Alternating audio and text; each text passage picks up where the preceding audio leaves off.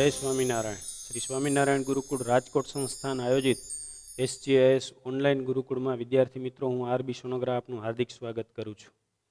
ગયા ચેપ્ટરની અંદર આપણે જે ટોપિકની અંદર ચર્ચા કરી રહ્યા હતા એમાં ખાસ કરીને માનવ વિકાસ, એમનો અર્થ, અમને એમના નિર્દેશકોની ચર્ચા કરી.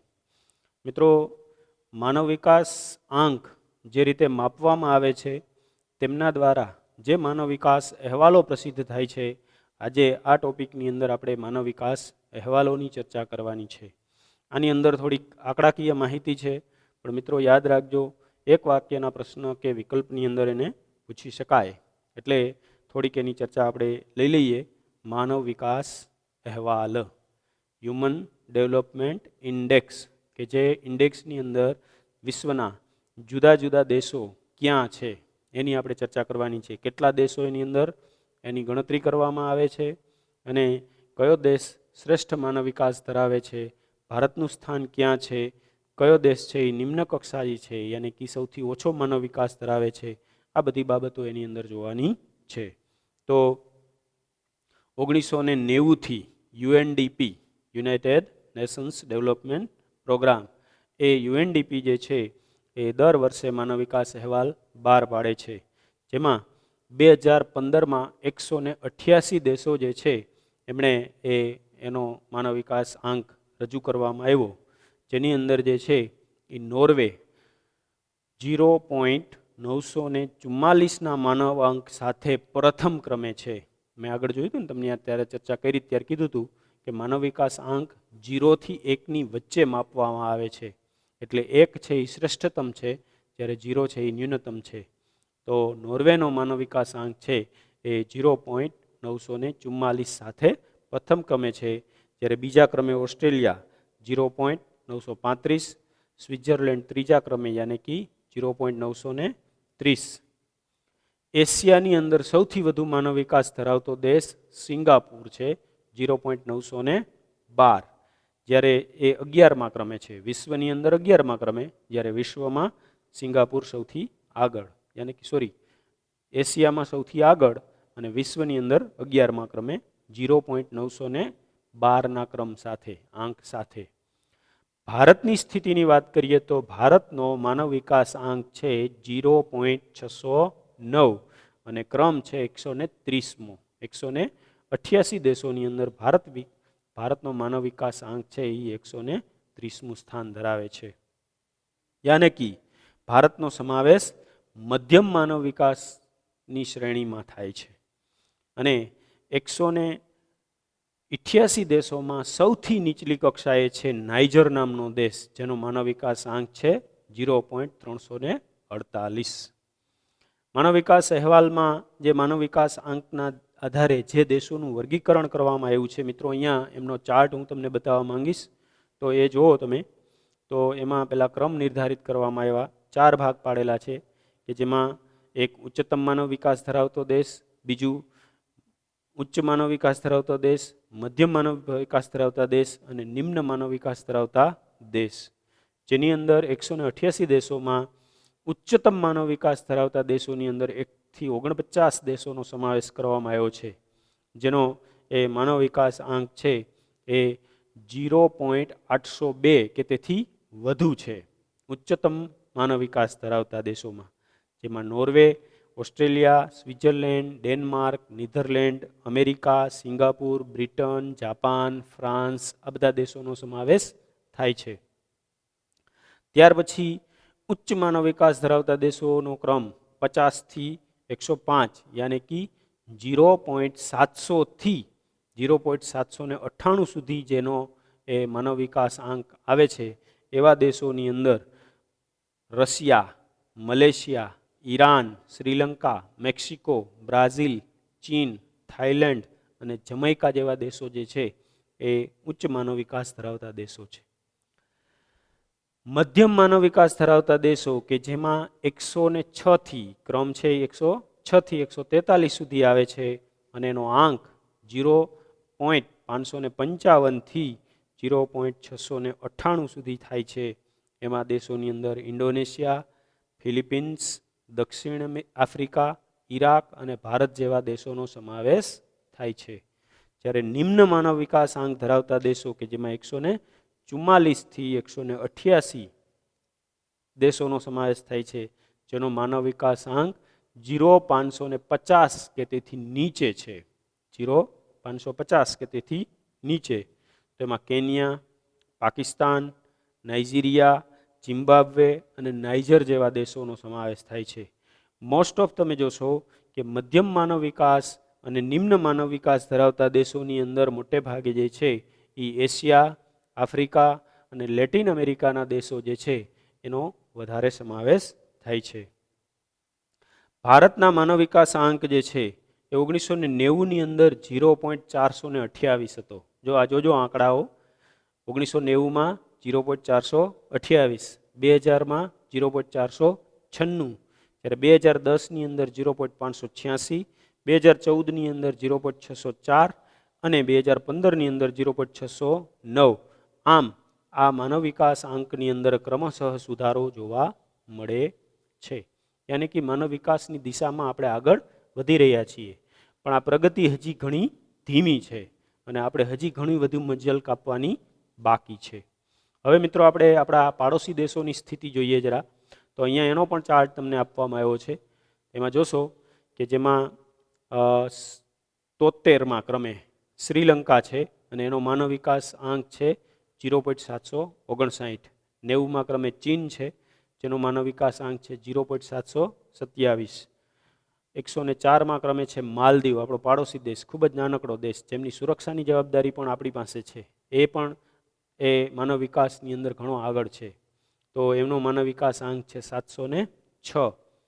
જ્યારે ભારત જે છે એમનો 130મો ક્રમ છે અને આપણો આંક છે 0.609. ભૂતાન આપણા એ ઉત્તર પૂર્વના દેશની અંદર સમાવેશ થાય છે, જેનો માનવ વિકાસ આંક છે 0.605 અને ક્રમ છે 132મો. બાંગ્લાદેશ આપણા કરતાં નીચી કક્ષાએ જઈએ તો બાંગ્લાદેશ 142માં સ્થાને છે અને 0.570મો ક્રમ છે એનો. 145માં ક્રમ સાથે નેપાળ, જેનો માનવ વિકાસ આંક છે 0.548. જ્યારે 147માં ક્રમે પાકિસ્તાન, જેનો માનવ વિકાસ આંક છે 0.538. જ્યારે 148માં ક્રમે મ્યાનમાર, કે જેનો માનવ વિકાસ આંક છે 0.536. 171માં ક્રમ સાથે અફઘાનિસ્તાન, આપણા પાડોશી દેશોમાં ખૂબ જ નબળી સ્થિતિ ધરાવે છે, જે 0.465. એટલે આ રીતે 2015ના એ માનવ વિકાસ અહેવાલની અંદર આપણા પાડોશી દેશોનું સ્થાન આપણે જાણી શકીએ. એના ઉપરથી આપણને ખ્યાલ આવે મિત્રો કે શ્રીલંકા, ચીન, માલદીવ એમની સ્થિતિ જે છે એ આપણા પાડોશી દેશોની અંદર આપણા કરતાં ઘણી સારી છે. જ્યારે ભૂતાન, બાંગ્લાદેશ, નેપાળ, પાકિસ્તાન, મ્યાનમાર અને અફઘાનિસ્તાન આ દેશો જે છે એ ભારત કરતાં નીચેના ક્રમે આવે છે. હવે મિત્રો વિશ્વની અંદર પ્રથમ 5 માનવ વિકાસનો ઊંચો સૂચકાંક ધરાવતા દેશો જે છે એમની તુલના ભારતના વિકાસાંક સાથે કરીએ તો અહીંયા જે છે એનો એક ચાર્ટ આપવામાં આવ્યો છે, એ જોઈ લઈએ મિત્રો. તો સૌથી ઊંચો માનવ વિકાસ આંક ધરાવતો દેશ નોર્વે, જે 0.944નો આંક ધરાવે છે. હવે ત્યાં 2015નો અહેવાલ બહાર પાડવામાં આવ્યો, તો એની સ્થિતિ છે એ કઈ 2014ની ગણાય ને. તો 2014માં ત્યાં જન્મ સમયનું અપેક્ષિત આયુષ્ય કેટલું હતું, તો કે 81.6 વર્ષ, યાની કે 81.6 વર્ષ એનું સરેરાશ આયુષ્ય હતું જન્મ સમયનું, બરાબર. અને 25 વર્ષમાં બાળક જે છે એ કેટલા શાળાકીય વર્ષો, સરેરાશ કેટલા વર્ષ શાળામાં પસાર કર્યા, તો કે 12.6. હવે કેટલા પસાર કરશે હવે આવનારી પેઢી, તો કે 17.5 વર્ષ. જેમાં આપણે જોયું હતું કે 0 નિમ્ન અને 20 મેક્સિમમ ગણ્યા હતા આપણે, બરાબર.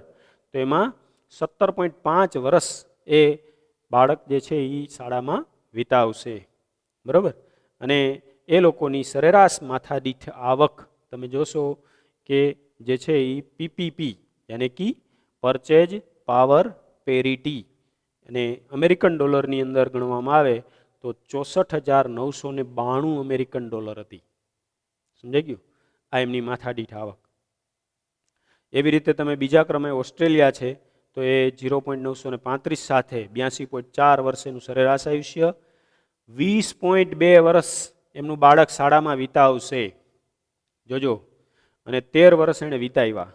બરોબર, માથાદીઠ આવક ભલે ઓછી છે પણ તમે જુઓ શાળાકીય વર્ષ કેટલા છે, 20.2, અને સરેરાશ આયુષ્ય પણ તમે જોઈ શકો છો 82.4 વર્ષ, અને એનું સરેરાશ માથાદીઠ આવક 42,261 અમેરિકન ડોલર છે.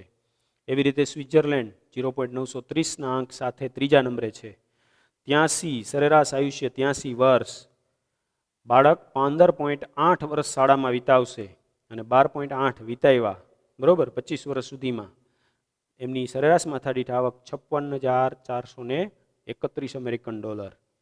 ડેનમાર્ક ચોથા ક્રમે 0.923 એ માનવ વિકાસ આંક છે, 80.2 જન્મ સમયનું અપેક્ષિત આયુષ્ય, જ્યારે એ શાળામાં વર્ષ વિતાવશે કેટલા વર્ષ 25 વર્ષમાંથી, તો કે 18.7 વર્ષ, જ્યારે વિતાવ્યા કેટલા, તો કે 12.7 વર્ષ, અને એની માથાદીઠ આવક તો કે 44,025 અમેરિકન ડોલર.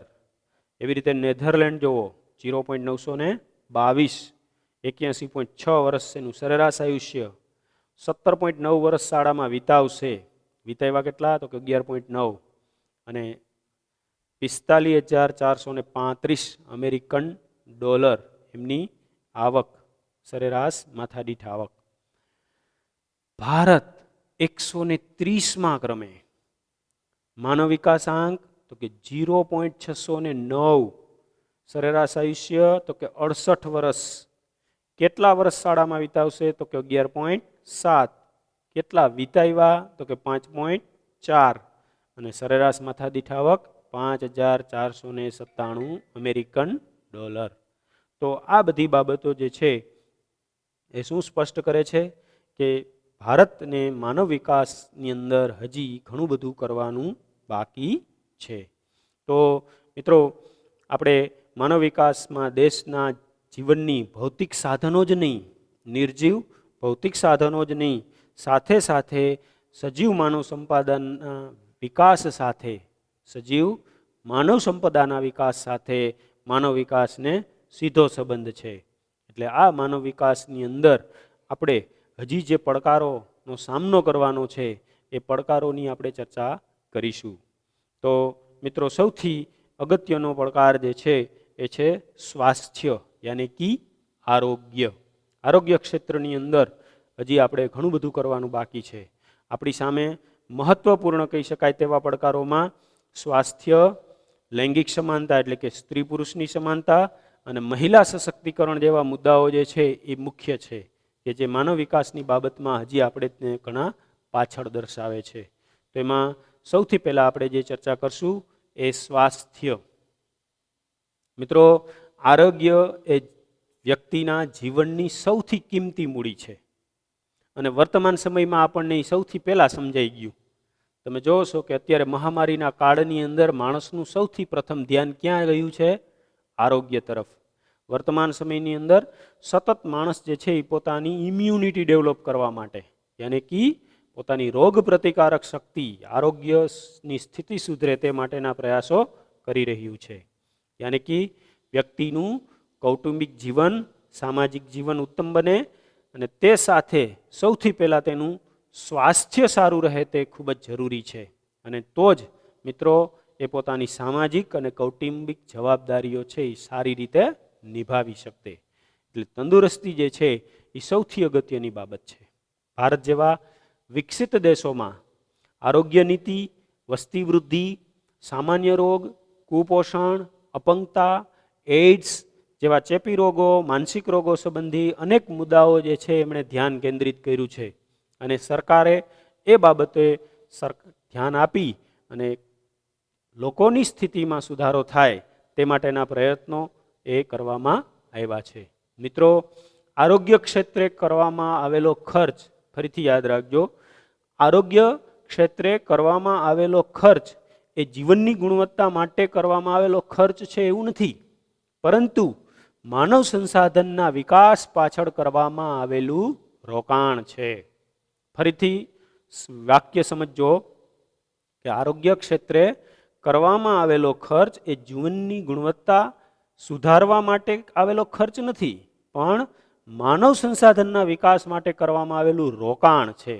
મિત્રો, ખર્ચ અને રોકાણમાં શું તફાવત એ તમને કહી દઉં કે ખર્ચ છે એ વ્યય છે, એક વખત કરી નાખો પછી એનું કોઈ વળતર મળતું નથી. પણ રોકાણ શું છે તો કે એક વખત તમે એની પાછળ જે ખર્ચ કરો છો એ ખર્ચ એના કરતાં વધુ આવક સાથે, એના કરતાં વધુ વળતર સાથે આપણને પાછું મળે છે, એને રોકાણ કહેવાય. બરાબર? તો આરોગ્ય ક્ષેત્ર પાછળ તમે જે કંઈ પણ નાણાં ખર્ચો છો એ ખર્ચ છે એ જીવનની ગુણવત્તા પાછળ થયેલો ખર્ચ નથી, પણ આવનારું ભવિષ્યનું રોકાણ છે. કારણ કે માનવ સંસાધનનો જેટલો ઝડપથી વિકાસ અને સારી રીતે પ્રગતિ થશે એટલું જ વધુ સારું વળતર મળશે. એટલે તમે જોશો કે ભારતમાં આરોગ્ય ક્ષેત્રે કેટલી બધી પ્રગતિ થઈ છે. આપણે આઝાદીથી શરૂ કરી અને વર્તમાન સમયની આરોગ્ય સ્થિતિની જે છે એ કમ્પેરિઝન કરીએ તો આપણને એ બાબતનો ખ્યાલ આવશે. તમે જોશો કે બાળ રસીકરણની અંદર ખૂબ જ કાર્યક્રમો સરકાર જે છે એ આપે છે. જેમાં તમે જો કે પોલિયો માટે ઓપીવીની રસી, ક્ષય માટે બીસીજીની રસી, ત્યાર પછી હિપેટાઇટ બી કે જેને ઝેરી કમળા તરીકે ઓળખવામાં આવે છે, ડીપીટી યાની કે ડિપ્થેરિયા અને મોટી ઉધરસ ધનુર માટે, ઓરી માટે એમએમઆરની રસી અને ટાઇફોઇડ વિરોધી રસીઓ જે છે એ બાળકના જન્મ સમયે અને બાળ મૃત્યુદરને ઘટાડવા માટે સરકાર તરફથી ફ્રીમાં આપવામાં આવે છે. જુદા જુદા આરોગ્ય કેન્દ્રોની અંદર જે છે એ આ રસી મફતની અંદર મૂકી આપવામાં આવે છે કે જેનાથી બાળ મૃત્યુદર ઘટાડી શકાય. આ ઉપરાંત તમે જોશો કે આયોડિન, વિટામિન અને લોહ તત્વની કમી સામે પણ સરકારે ઝુંબેશ ઉપાડેલી છે. તમે જુઓ કે આયોડિનયુક્ત મીઠું જ વાપરવાનો આગ્રહ રાખવામાં આવે છે. પછી વિટામિનયુક્ત ખોરાક મળી રહે એ બાબત, લોહ તત્વની ઉણપ, એનેમિયા ના થાય તે માટે તમે જોશો કે શાળાની અંદર જુદા જુદા એ કાર્યક્રમોનો અમલ કરી અને લોહ તત્વની ઉણપ દૂર કરવા માટે સરકાર તરફથી ગોળીઓ આપવામાં આવે છે આયરનની. તો એ જે છે એ ઝુંબેશ ચલાવવામાં આવે. પ્લેગ, શીતળા, રક્તપિત્ત અને પોલિયો જેવા રોગો આજે આપણે નાબૂદ કરી શક્યા છીએ. ત્યાર પછી ઓરી, અછબડા, મેલેરિયા, ડેન્ગ્યુ, કમળો, કોઢ, ક્ષય, મધુપ્રમેહ કે જેને ડાયાબિટીસ, કેન્સર, હૃદયરોગ, આ બધા રોગો ઉપર આપણે આજે નિયંત્રણ સાધી શક્યા છીએ. પરિણામે માણસ આજે લાંબુ, તંદુરસ્ત અને સ્વસ્થ જીવન જીવી રહ્યો છે. જન્મદર, મૃત્યુદર અને બાળ મૃત્યુદરની અંદર આપણે ઘટાડો નોંધાયો છે. સરેરાશ આયુષ્યમાં વધારો થયો છતાં ભારતમાં ઘણા રાજ્યોની અંદર વસ્તી વૃદ્ધિ દર ઘટાડવા માટે ઊંચા પ્રજોત્પત્તિ દરને નિયંત્રણમાં લેવાનું લક્ષ્ય મહત્વનું છે. પાણીજન્ય રોગ, શ્વસન રોગ, કુપોષણ વસ્તી માટે મુશ્કેલી ઊભી કરે છે. મહિલાઓ, બાળકો અને ગરીબ લોકો માટે પોષક તત્વની ખામી, મૂળભૂત ખનિજો, કેટલાક વિટામિન્સ અને પ્રોટીન્સની ઉણપ, સ્ત્રીઓ અને બાળકોની અટકેલા અને અધૂરા વિકાસ કાર્યો જે છે એ એમના માટે મુખ્ય જવાબદાર છે. સરકાર જે નીતિઓનું આયોજન કરે છે એ નીતિઓ જે છે એનો પૂર્ણપણે અમલ થઈ શકતો નથી, જેમાં વ્યવસ્થા અને વહીવટની ખામીઓ જે છે એ સૌથી મહત્વપૂર્ણ ગણાય છે. આ ઉપરાંત પર્યાવરણ, પ્રદૂષણ, ઝેરી પદાર્થોનો ઉદ્ભવ એ રોજિંદા જીવનમાં સ્વાસ્થ્ય સામે ઊભા થતા નવા પડકારો છે. તમે વર્તમાન સમયની અંદર જોશો તો પ્રદૂષણના લેવલ જુદા જુદા શહેરોના જાહેર કરવામાં આવે છે. એમાં કેટલાક શહેરો જે છે એ મિત્રો રહેવા લાયક રહ્યા નથી. તો એ જે છે એ પણ આપણી સામે ઊભા થતા નવા પડકારોમાંનો એક છે. વધતા શહેરીકરણને અને ગીચ વસવાટને કારણે આરોગ્યની સુવિધાઓ પૂરી પાડી શકાતી નથી અને સાથે સાથે જે છે એ લોકોના જીવનની ગુણવત્તાને જાળવી શકાતી નથી. આ નવા પડકારોને ઝીલવા માટે અગાઉ આરોગ્યની કાર્યસૂચિ જે છે એના તરફ વિશેષ ધ્યાન આપી અને ફેરફાર જે છે એ કરવા જરૂરી છે. આ થઈ વાત મિત્રો આરોગ્યની. હવે વાત કરીએ લૈંગિક સમાનતા યાને કે સ્ત્રી પુરુષની સમાનતા. મિત્રો, પ્રાચીન સમયથી શરૂ કરી અને વર્તમાન સમય સુધી સ્ત્રી અને પુરુષની સમાનતાની આપણે ખૂબ જ મોટી વાતો કરતા આવ્યા છીએ. વૈદિક કાળની અંદર અને પ્રાચીન શાસ્ત્રોનો આપણે અભ્યાસ કરીએ છીએ ત્યારે વર્તમાન સમય કરતાં સ્ત્રીઓની સ્થિતિ તે સમયે ખૂબ જ સારી જોવા મળે છે. અને વર્તમાન સમયની અંદર ભારતના નાગરિકોની અંદર બંધારણમાં પણ સ્ત્રીઓને સમાનતા અને ન્યાયની બાંહેધરી આપવામાં આવી છે.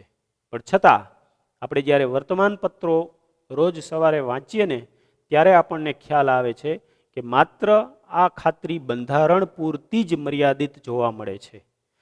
જે સ્ત્રીઓનું શોષણ, અત્યાચાર અને જે કુકર્મનો ભોગ સ્ત્રીઓ બને છે એમના આધારે જે છે એ હજી લૈંગિક સમાનતાના ક્ષેત્રની અંદર આપણને ઘણી બધી મંજિલ કાપવાની બાકી છે એ બાબતો સૂચવે છે. ખાસ કરીને લોકોની વિચારસરણી અને લોકોની જે માન્યતાઓ છે એ માન્યતાઓ અને જે કંઈ પણ બાબતો કે જે પ્રાચીન અને રૂઢ થઈ ગયેલી માન્યતાઓ છે એને દૂર કરવી એ ખૂબ જ જરૂરી છે. મિત્રો, 2011ની વસ્તી ગણતરીનો અહેવાલ જે બહાર પડેલો એમાં ભારતની કુલ વસ્તીમાં 48.46% સ્ત્રીઓ જ્યારે 51.54% પુરુષો હતા. એ દ્રષ્ટિએ ભારત જ નહીં, વિશ્વના કોઈ પણ રાષ્ટ્રની પ્રગતિ જે છે એમનો આધાર એ માનવ સંસાધનની અંદર સ્ત્રીઓની પણ અગ્રગણ્ય ભૂમિકા રહેલી છે. કારણ કે વસ્તીનો એ અડધો હિસ્સો છે. વસ્તીનો એ અડધો હિસ્સો છે. જ્યાં સુધી માનવ સંસાધનની અંદર કે માનવ વિકાસની અંદર તેમને યોગ્ય સ્થાન પ્રાપ્ત નહીં થાય ત્યાં સુધી કોઈ પણ રાષ્ટ્ર પ્રગતિ કરી શકે નહીં. એટલે સ્ત્રી અને પુરુષની જૈવિક વિભિન્નતાઓ સાથે સામાજિક અને સાંસ્કૃતિક દ્રષ્ટિકોણથી સ્ત્રીઓના ઉછેર અને અપેક્ષાઓ અલગ હોવાથી બંનેના વિકાસ પથો એ અલગ જોવા મળે છે. ઘણા કુટુંબોની અંદર આપણે જોઈએ છીએ કે સ્ત્રીઓ જે ઘરકામ કરે, રસોડામાં રસોઈ બનાવે, બાળ ઉછેરનું કાર્ય કરે, તેનો કોઈ આર્થિક કે ઉપાર્જન કે રાષ્ટ્રીય આવકની અંદર એનો હિસ્સો ગણવામાં આવતો નથી. યાની કે ગૃહિણી જે કામ કરે છે તેને આર્થિક ઉપાર્જનના ક્ષેત્રમાં કોઈ હિસ્સેદારી ગણવામાં આવતી નથી. મિત્રો, પણ આ બાબત સૌથી મોટી ભૂલ ભરેલી બાબત છે. કારણ કે વર્તમાન સમયની અંદર માનવ સંસાધનનું ઘડતર યાની કે બાળકના વિકાસ અને પ્રગતિની અંદર સૌથી અગત્યનો ફાળો જે કોઈ હોય તો એ માતા એટલે કે સ્ત્રીનો છે. અને એમની પાછળ જે કંઈ પણ ભોગ એમના દ્વારા અપાય છે એની ગણતરી જે છે એ રાષ્ટ્રના આર્થિક હિસ્સાની અંદર થવી જોઈએ. સ્ત્રીઓ વર્તમાન સમયની અંદર આપણે જોઈએ છીએ કે આપણી જે માન્યતાઓ છે એની અંદર કુટુંબમાં નિર્ણય લેવાની કોઈ સત્તા સ્ત્રીઓને મળતી નથી. આરોગ્યની પૂરતી દેખભાળ, શિક્ષણ અને આર્થિક અધિકારોથી વંચિત રાખવામાં આવે છે. વર્તમાન સમયની અંદર તમે જુઓ કે દીકરા અને દીકરી માટે જે શિક્ષણની વ્યવસ્થા ઊભી કરવામાં આવી છે અથવા તો એમને પ્રાપ્ત થતા જે અધિકારો શિક્ષણ ક્ષેત્રે પ્રગતિ માટે એમની પાછળ જે કરવામાં આવતો માતા પિતા દ્વારા ખર્ચ છે એમાં પણ તફાવત આપણને જોવા મળે છે. દીકરા અને દીકરીના કપડાં, રમતોમાં, અભ્યાસની તકો, ખોરાક, હરવા ફરવા, આચાર વિચાર અને વ્યવહારની અંદર દીકરીઓને જુદી શિખામણો આપવામાં આવે છે. યાને કે જે કંઈ પણ પ્રતિબંધો જે છે એ પ્રતિબંધોનું પ્રમાણ એ દીકરાની સરખામણીએ દીકરીઓ ઉપર વધુ જોવા મળે છે. આ બધી બાબતો જે છે એ આપણને આપણા દેશની અંદર જે લૈંગિક અસમાનતા છે યાની કે સ્ત્રી પુરુષ પ્રત્યે જે કંઈ પણ સમાનતાની ભાવના ડેવલપ કરવાની છે, વિકાસ કરવાની છે એ બાબતમાં હજી આપણે જે મંજિલ કાપવાની છે અથવા તો પ્રગતિ કરવાની છે એ બાબત સૂચવે છે. સાક્ષરતાનો દર નીચો, બાળ લગ્ન પ્રથા, પડદા પ્રથા. મિત્રો, કેટલીક રૂઢ માન્યતા ધરાવતા કુટુંબોની અંદર તમે જોશો કે પડદા પ્રથા યાની કે સ્ત્રીઓ જે છે એમણે પડદાની અંદર જ રહેવાનું, કુટુંબની અંદર જે છે એ જાહેરની અંદર એને નીકળવાની મનાય. દહેજ પ્રથા અને સામાજિક કુરિવાજોનો ભોગ આજે સ્ત્રીઓ બનતી આવી છે. સમાજમાં ભ્રૂણ હત્યા, આ જે છે એ વર્તમાન સમયમાં વિજ્ઞાનની સૌથી મોટી જે છે એ ખરાબમાં ખરાબ કહી શકાય અથવા તો નકારાત્મક કહી શકાય એવી અસર છે. કારણ કે તમે જોશો કે દીકરા અને દીકરી વચ્ચેના આદર અને ભેદને કારણે વર્તમાન સમયની અંદર જે છે એ બાળક જ્યારે પેટમાં હોય ત્યારે એમનું પરીક્ષણ કરવામાં આવે છે અને જો એ પેટની અંદર રહેલું બાળક એ સ્ત્રી હોય એટલે યાની કે છોકરી હોય તો તેમનું ભ્રૂણની અંદર જ તેમની હત્યા કરવામાં આવે છે. આ જે છે એ પરિસ્થિતિ વર્તમાન સમયની અંદર જોવા મળે. શા માટે? તો કે દીકરીઓને સમાજની અંદર નીચો આદરભાવ, પુત્ર જન્મ માટેની ઘેલસા, વારસદાર જો છે એ પુત્ર હોય તો જ આગળ પ્રગતિ થઈ શકે એવી જે માન્યતાઓ છે, અથવા તો વારસો આગળ ચાલી શકે એવી જે માન્યતાઓ છે, સામાજિક પરંપરાઓ છે, જાતીય ભેદભાવ છે, એને કારણે સ્ત્રીઓએ આ અન્યાયનો ભોગ બનવું પડે છે. આર્થિક, રાજકીય અને સામાજિક, સાંસ્કૃતિક તથા ધાર્મિક ક્ષેત્રની અંદર પણ તેમને તક તથા નિર્ણય પ્રક્રિયાની અંદર અસમાનતા જોવા મળે. તમે જોશો કે આર્થિક ક્ષેત્રની અંદર મોટા મોટા જે હોદ્દાઓ ધરાવતા કંપનીઓની અંદર જે વ્યક્તિઓ છે એમાં પણ સ્ત્રીઓને પૂરતી તક પ્રાપ્ત નથી. એવી રીતે રાજકીય ક્ષેત્રમાં, સંસદની અંદર કે અન્ય ક્ષેત્રોમાં પણ સ્ત્રીઓ જે છે એમનું સ્થાન નીચું છે અથવા તો ઓછું છે. સાંસ્કૃતિક અને ધાર્મિક ક્ષેત્રમાં પણ આ જ સ્થિતિ આપણને જોવા મળે છે. ઊંચી આવક, વધુ લાભ કે સારું વેતન મેળવતા કામો અને ઉદ્યોગોની અંદર પુરુષોનું વર્ચસ્વ જોવા મળે છે. સંસદની અંદર તમે જોશો મહિલા સાંસદોનું પ્રમાણ માત્ર 12.2% જેટલું જ છે. સંસદ, વિધાનસભા, વરિષ્ઠ અધિકારીઓ, મેનેજરો, કંપની ડિરેક્ટરો અને વ્યાવસાયિક ટેકનિકલ ક્ષેત્રોની અંદર મહિલાઓનું ઓછું પ્રમાણ એ સ્ત્રી પુરુષ વચ્ચેના ભેદભાવને સ્પષ્ટ કરે છે. એટલે ટૂંકમાં કહી શકાય કે ભારતમાં માનવ વિકાસની બાબતમાં જે કંઈ પણ પ્રગતિ કરવાની છે એની અંદર લૈંગિક સમાનતા એ પણ એક મુખ્ય મુદ્દો છે અથવા તો મોટો પડકાર છે. તો અહીંયા જે છે એ આપણે આ બાબતની ચર્ચા કરી. હવે પછી જે છે એની ચર્ચા આપણે નેક્સ્ટ પીરિયડની અંદર કરશું. જય સ્વામિનારાયણ.